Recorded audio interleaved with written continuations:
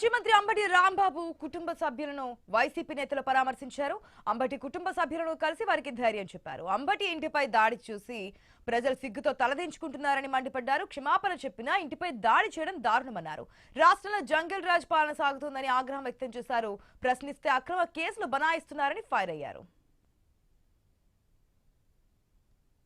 అన్నారు ఫ్యాక్షన్ రాజకీయాలు మేము చేయడం అలాగే మరి ఇక్కడ ఏం కనిపిస్తుందో అర్థం కాలేదు. దయచేసి వాస్తవానికి ప్రజల దగ్గరగా ఉండి వాళ్ళకి ఇటువంటి రాంబాబు గారు లాంటి ఆయన ఎప్పుడు కూడా పార్టీ బేస్ మీద మాట్లాడతారు. ఎన్నో ప్రెస్ మీట్ లో మాట్లాడతారు. ఎప్పుడు కూడా వ్యక్తిగతంగా విమర్శించడం కానీ నోరు స్లిప్ అవడం కానీ ఎప్పుడు జరగదు. ఇన్ని సంవత్సరాల పొలిటికల్ కెరియర్ లో ఆయన ఏదో చిన్న పొరపాటు మాట్లాడిన తర్వాత ఆయన మళ్ళీ మీ ముందుకు వచ్చి మీ ద్వారా కూడా వాళ్ళందరికీ నేను ఇలాగా మాట్లాడడం సరికాదని కూడా నేను ఆయన ఎక్స్పెక్ట్ చేసిన సందర్భం చెప్పాక కూడా ఇలా చేస్తుంటే చాలా బాధాకరం. అందుకే మేము అందరం కూడా ఆ కుటుంబానికి వైఎస్ఆర్ కాంగ్రెస్ పార్టీ ఎమ్మెల్యేసీలు అందరూ కూడా ఆ కుటుంబానికి అండగా ఉన్నామని చెప్పాను. మా మాజీ మంత్రి అంబటి రాంబాబు గారు ఆవేశంలో అన్ని తర్వాత కూడా నేను అనకుండా ఉండవలసింది స్లారామ మూమెంట్ లో అన్నారు చెప్పినారు. మీరు ఈ రకంగా రాజ్యాన్ని పరిపాలిస్తారా? ఇదా మీరు చేసేది?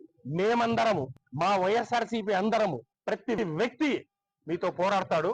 అంబటి రాంబాబు గారు ఏ రకంగా చేశారో మేము అదే రకంగా ఉంటాము. అదే న్యాయము, అన్యాయాన్ని ఖచ్చితంగా ఎదుర్కొంటాము. మా జగనన్న మాకు తోడుంటాడు. మిమ్మల్ని ఎండగొడతాము, ఎటువంటి భయపడము. మళ్ళీ ఈరోజు హోమ్ మినిస్టర్ గా మళ్ళీ ఇలా అన్నారు అలా అన్నారు అని మీరు భయపడిస్తే భయపడి ఇలా అనాలనా? ఏం చెప్తా ఉన్నారు మీరు? ఇక్కడ ఎవ్వరు భయపడరు. ఇక కూటమి ప్రభుత్వం అక్రమ కేసులకు భయపడే ప్రసక్తి లేదని వైసీపీ నేత చెవిరెడ్డి భాస్కర్ రెడ్డి స్పష్టం చేశారు. అంబటి రాంబాబు భయపడే నాయకుడు కాదన్నారు.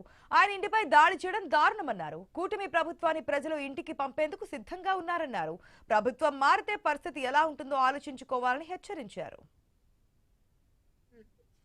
దాడులు చేసిన వ్యక్తి, రాళ్లు విసిరిన వ్యక్తి, పై ప్రాంతంలో గురిచేతుకున్న వ్యక్తి మీ పరిస్థితి గురించి ఆలోచిస్తే జాలేస్తుంది.